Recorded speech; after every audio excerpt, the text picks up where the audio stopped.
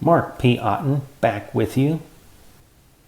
Okay, this is a R tutorial video for an ANOVA with two independent variables, both of which are independent samples, independent variables. So details on two-way ANOVA are more present in my SPSS and introductory videos here on two-way ANOVA. But in R, I'm just going to run the example that I ran in SPSS in those videos and try to get the same thing. So wish me luck. The first one here, independent samples setup, it's easier on the front end because if you are importing data into SPSS, you can just import it in the format that it was in for SPSS. So in this case, we had an example where participants were doing jumping jacks in front of either a female experimenter or a male experimenter, and the participants themselves were either female or male.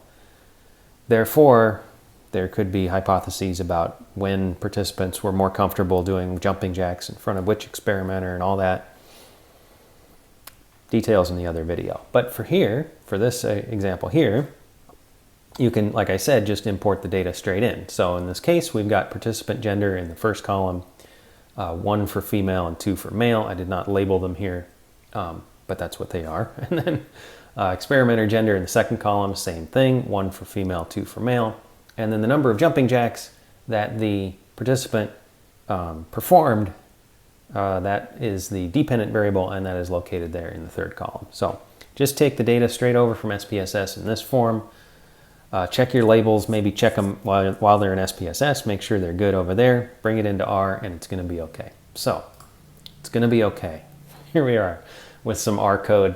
And actually, like, relative to the math and the complication involved in a two-way design, the code here is actually relatively simple, I think, compared to some other codes you might see in R. So we've got some, if you looked at my one independent variable ANOVA videos, and if you've performed one of those in R, this might look familiar. You've got res.aov2 with a left arrow and then an AOV. That's your setup for ANOVA.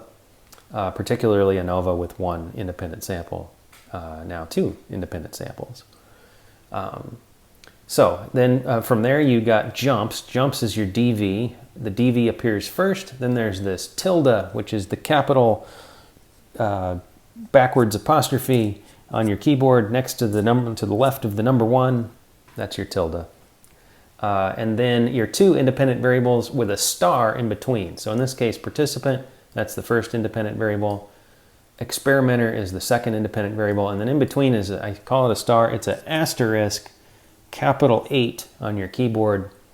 And that is denoting not only that we want to look at an interaction here and evaluate that, but we also want to look at main effects. It's going to all come as a package deal. And then at the end here, we've got comma, and then data equals, and then the file name where this stuff is located for here. That was ANOVA 2 IV1. Okay, and then that's your code. The second line is just summary, parentheses, and whatever you called it, res.aov2. That's what I called it. So I'm going to hit run, and we're going to see some output here. Now I didn't get any I didn't do any graphing or get any descriptive statistics, things like that. I'm leaving that for you all to do in SPSS or get through Excel and things like that.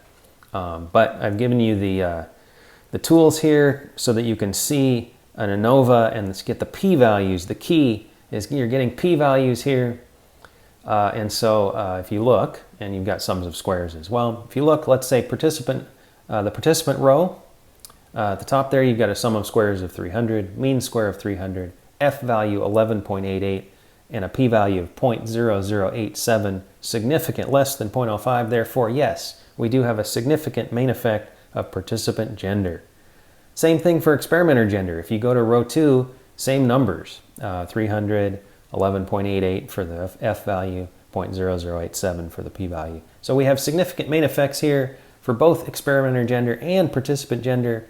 And then for the interaction, it's a bummer. We don't have an interaction here. 0.12 for the p-value, greater than 0.05.